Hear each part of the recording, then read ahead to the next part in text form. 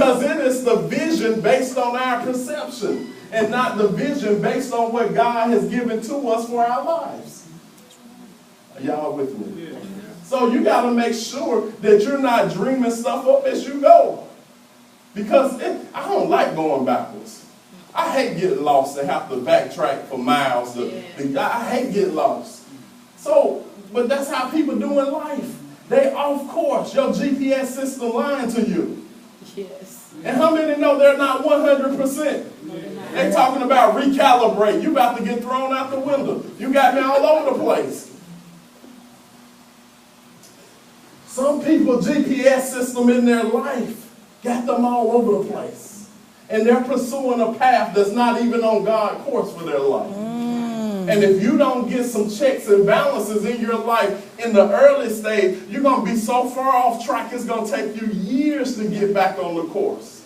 Because you're doing right what seemed right in your own eyes. Just because it's north doesn't mean it's due north. And when it's amazing when you get lost, the place you're lost in seems familiar.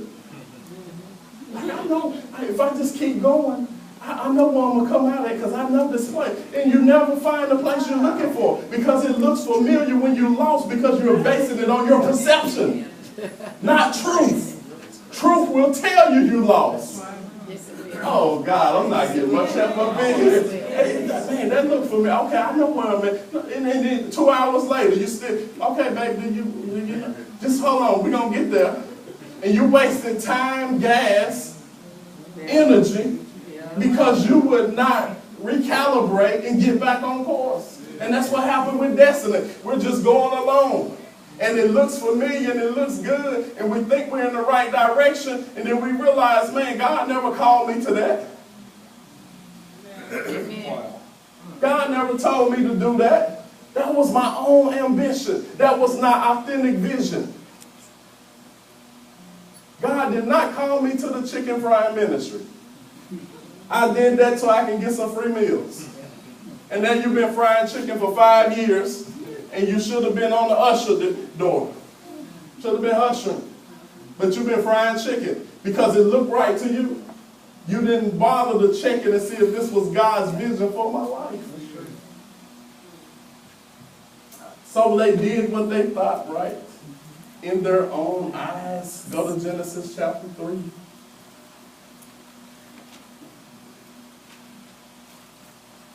Verse 6.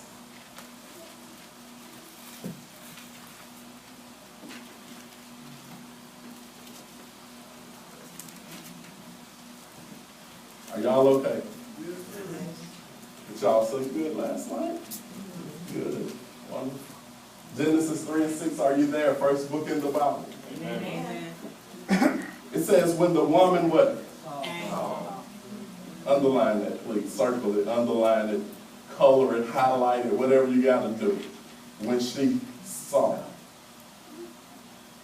Say saw. Saw. When the woman saw that the tree was good for food, and that it was a delight to the eyes, and that the tree was desirable to make one what? Wise. She took from its fruit and ate, and she gave also to her husband with her, and he ate. She saw the tree and wanted something more than what God had given her. Her vision went past that which God had shown her for her life. I'm going to stop right here. How many know Adam and Eve had it going on in the garden? Yes.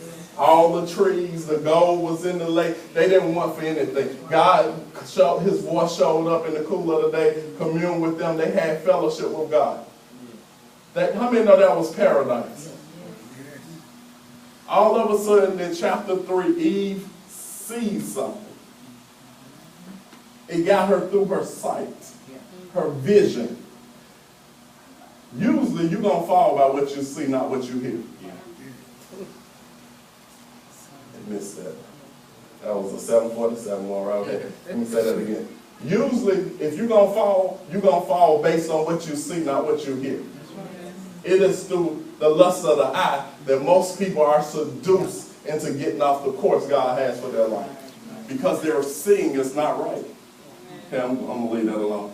Eve saw the tree, that first of all, it was desirable to make one wise, and that it was going to be good for food. She had all these things going through her when she was looking at this tree. But it came through seeing, her vision. The problem that we have with Sister Eve is because she wanted more than what God had made available to them. What is that showing us? Her vision for her life went outside the boundaries of what God had for her life. God had already set the boundaries for Adam and Eve, what they could eat, what they could do, but she started desiring more than what God had allowed for her to have. When is authentic vision no longer authentic? When you start incorporating stuff in your vision that God didn't give you the right to incorporate. I think I can add this right here. First of all, did he tell you to add it? See, Eve was already like God, y'all. They were made in the image and the likeness of who? And she started looking at something and desiring something that God had not ordained for her destiny. And the devil started talking to her and telling you. How many know the devil going to always tell you what you want to hear? Are you looking for the devil to disagree with you to sing? Come on now. The devil say, oh, I'm going to put it in my paraphrase. Oh, girl, God ain't mean all that. He know, see, God trying to keep something from y'all. He know the day that you eat from this tree that you're going to be enlightened and you're going to be like God, knowing good and evil. But you ain't going to die. God lying to y'all.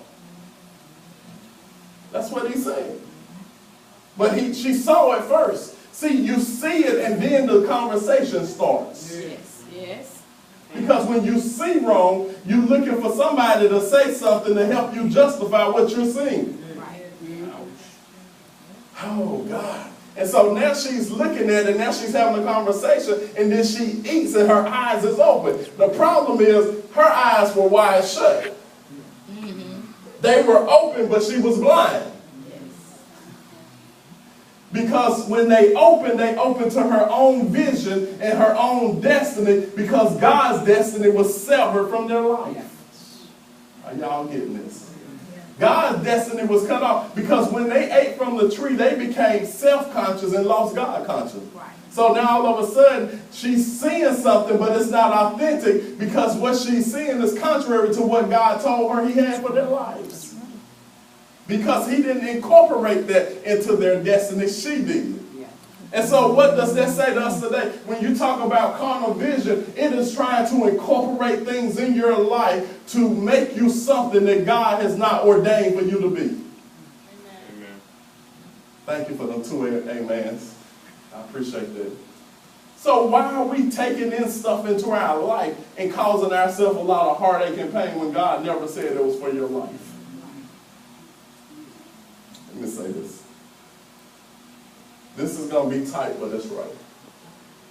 If God's destiny for your life is a school teacher, and you're somewhere doing something other than what he destined you to be, you're a failure in God's sight.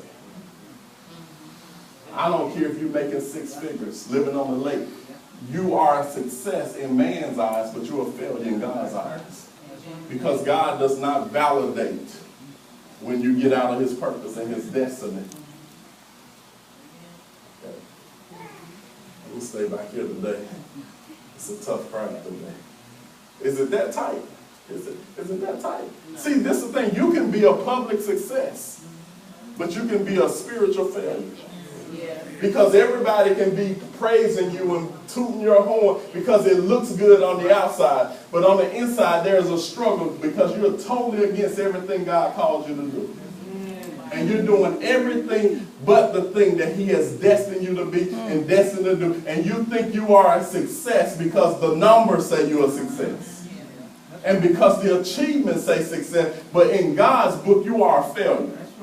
Because first of all, we got to understand what success is in the eyes of God. Success is doing exactly the thing and how to do it what God calls you to do. That's success. Now we, as society, we got this thing for success. Live in a certain square footage house, drive a certain car, dress a certain way, you know, and hang out with a certain group of people. That's man's success. And God putting an F on that paper. That's a failure because that's not what I called you to. And so we do stuff to make us look good and successful, but is that what God called you to do? Could it be we think that we're successes and we're really failing miserably? Because didn't we question to see what God had for us before we dreamed up these ideas? Successful doctor, saving lives, doing all that. Failure. God called you to be a missionary. See what I'm saying? You dreamed that up because you wanted the lifestyle that provided. Okay, I'm going to close this out. You wanted to rub elbows with the elite. You wanted to drive a certain kind of car. You wanted a certain status quo in society. And so that's what you pursued. Overriding what you know God had called you to. Even when you was a teenager, you knew what God had for your life. But because that would not provide the lifestyle you wanted, you overwrote God's agenda and made up your own vision. And so now it's a carnal vision. Is it success?